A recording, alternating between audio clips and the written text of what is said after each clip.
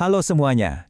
Di pemaparan kali ini, kita bakal bedah satu topik yang kelihatannya sepele, tapi sebenarnya ini berdampak besar banget buat hidup kita. Judulnya Seni Bersyukur. Kita sering mikir kalau bersyukur itu ya sekedar ngomong terima kasih pas dapat rezeki kan?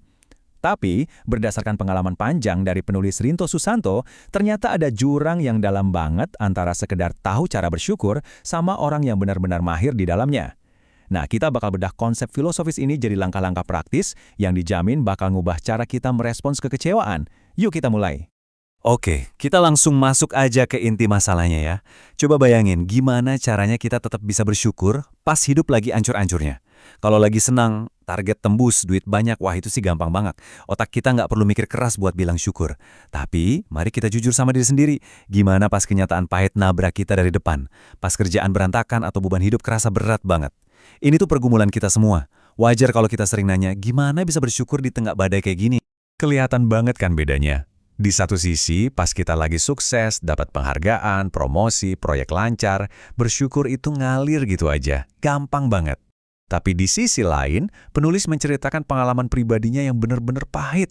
Waktu itu dia bangun usaha, tapi ujung-ujungnya malah bangkrut. Boro-boro untung yang ada malah harus nanggung utang bertahun-tahun. Di titik paling bawah itu, yang kerasa cuma frustrasi, putus asa, dan masa depan kelihatan gelap banget.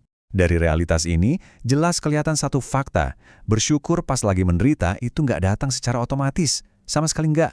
Butuh kedisiplinan yang luar biasa. Nah, di tengah keterpurukan itu, muncul satu sosok yang jadi jangkar emosional buat sang penulis, yaitu ibunya sendiri. Sang ibu ini, yang bisa dibilang guru sejati di sekolah kehidupan, nggak pernah ngeluh sedikit pun. Beliau ngasih satu pilihan yang tegas banget, benar-benar hitam putih. Beliau bilang, kamu bisa ngeluh dan mengutuk keadaan, atau kamu milih untuk tetap bersyukur. Sang ibu menanamkan keyakinan kalau nggak ada satupun kesusahan yang diizinkan terjadi melewati batas kekuatan kita. Malah, seringnya kesusahan itu cuma proses pemanasan aja buat nerima kebahagiaan yang jauh lebih besar. Kebayang nggak sih, ini perubahan cara pandang yang luar biasa banget. Kalau kita pikir-pikir, milih buat ngeluh itu sebenarnya nggak ada gunanya sama sekali. Ngeluh cuma bakal matiin gairah hidup dan bikin kita makin terseret ke jurang keputusasaan. Beda banget efeknya kalau kita memilih buat bersyukur. Bersyukur itu bekerja layaknya saklar lampu. Secara proaktif, dia bakal ngebuka apa yang disebut sebagai mata pikiran dan mata batin kita. Begitu kedua mata ini terbuka, kita nggak lagi buta karena gelapnya penderitaan. Kita tiba-tiba disadarkan, aku masih bisa napas loh, masih bisa makan, masih punya tempat tinggal. Bersyukur itulah yang bakal menjaga kewarasan dan perspektif kita tetap utuh. Terus, sang ibu mengajarkan cara praktisnya lewat sesuatu yang brilian banget. Pas situasi lagi memburuk, daripada ngasih nasihat yang bertele-tele, beliau malah mencontohkan lirik dari sebuah himne klasik. Liriknya begini, bila hidupmu dilanda topan berat, engkau putus asa hatimu penat. Berkatmu kau hitung satu persatu, kelak kau tercengang melihat jumlahnya. Kedengarannya memang simpel banget ya, malah hampir mirip lagu anak-anak. Tapi jangan salah, di balik lirik sederhana ini tersimpan mekanisme pertahanan psikologis yang super ampuh buat melawan badai depresi. Nah, terinspirasi dari lirik itu, penulis kita ngembangin satu metode yang terus dia praktekkan selama puluhan tahun, tiap kali hidupnya lagi di daerah kesusahan.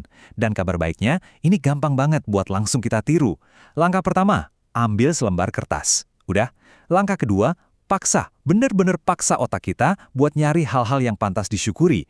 Tulis semuanya, mulai dari kesehatan tubuh hari ini, buku-buku yang pernah dibaca, sampai orang-orang yang pernah bantu kita. Terus langkah ketiga yang paling menantang, jangan berhenti menulis sampai mencapai angka 100.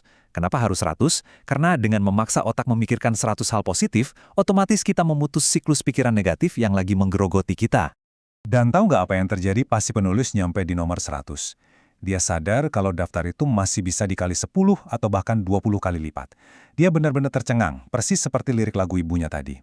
Dari pengalaman itulah muncul satu pertanyaan retoris yang cukup menohok kita. Setelah kita melihat ada ribuan hal baik dalam hidup, emang adil kalau kita menjadikan satu penderitaan atau satu kegagalan aja sebagai alasan buat menganggap semua berkat Tuhan itu nggak ada nilainya? Pertanyaan ini sukses bikin kita berhenti sejenak, narik nafas, dan mengevaluasi ulang. Jangan-jangan selama ini reaksi kita terlalu berlebihan ngadepin sebuah kemunduran. Setelah puluhan tahun melatih mentalnya, penulis kita nyimpulin hal yang sangat menarik. Ternyata, ada semacam kasta dalam urusan bersyukur ini. Coba deh kita pakai analogi renang. Ada beda yang sangat jauh antara orang yang cuma sekedar bisa berenang dengan seorang atlet renang kan? Nah, orang yang cuma bisa bersyukur itu pinter berterima kasih pas hidupnya lagi mulus saja. Tapi begitu kena ombak masalah, langsung tenggelam dalam keluhan. Sebaliknya, orang yang udah mahir bersyukur, kayak ibu si penulis tadi, itu tetap sanggup mengucap syukur biarpun hidupnya lagi berantakan parah. Intinya, orang yang bisa belum tentu mahir, tapi kalau udah mahir, pasti dia bisa. Dan yang bikin teori ini makin solid, ternyata ada datanya loh. Lewat sebuah eksperimen selama 10 bulan yang melibatkan 500 peserta.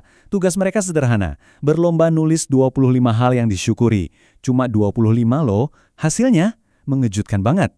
Lebih dari 95% peserta butuh waktu di atas 4 menit. Mereka benar-benar harus memeras otak. Ini nih kelompok mayoritas yang sekadar bisa bersyukur. Terus sisanya? Cuma ada 5% dari total peserta yang mampu menyelesaikan daftar itu di bawah 4 menit. Mereka inilah kelompok elit sesungguhnya, orang-orang yang benar-benar mahir bersyukur. Dan siap-siap buat lebih kaget lagi. Coba tebak, berapa rekor waktu paling cepat dari 500 orang tadi buat nulis 25 hal? Cuma 2,5 menit. Bayangin gimana cepatnya otak orang tersebut memproses hal positif. Dia udah nggak perlu menggali ingatan terlalu dalam, soalnya rasa syukur itu udah jadi mode standar di dalam otaknya. Kecepatan refleks kayak gini itu bukan kebetulan ya. Ini cuma bisa dicapai lewat repetisi dan kedisiplinan bertahun-tahun. Persis seperti seorang atlet yang melatih ototnya setiap hari sampai memori tubuhnya bekerja otomatis. Sebagai penutup pemaparan kali ini, saya mau menantang Anda secara langsung. Kalau detik ini juga Anda dikasih kertas dan pena, terus diminta nulis 25 hal yang paling Anda syukuri, mulai dari kesehatan sampai napas yang Anda hela barusan, kira-kira berapa lama waktu yang Anda butuhkan? Apa otak Anda bakal tersendat nyari hal positif? Atau Anda yakin sanggup mecahin rekor 2,5 menit tadi? Anda nggak perlu membagikan jawabannya ke siapa-siapa. Cukup jawab dengan jujur ke diri sendiri. Karena dari kejujuran itu, Anda bakal tahu posisi Anda saat ini. Apakah Anda baru di level sekedar bisa bersyukur, atau Anda emang sudah benar-benar mahir?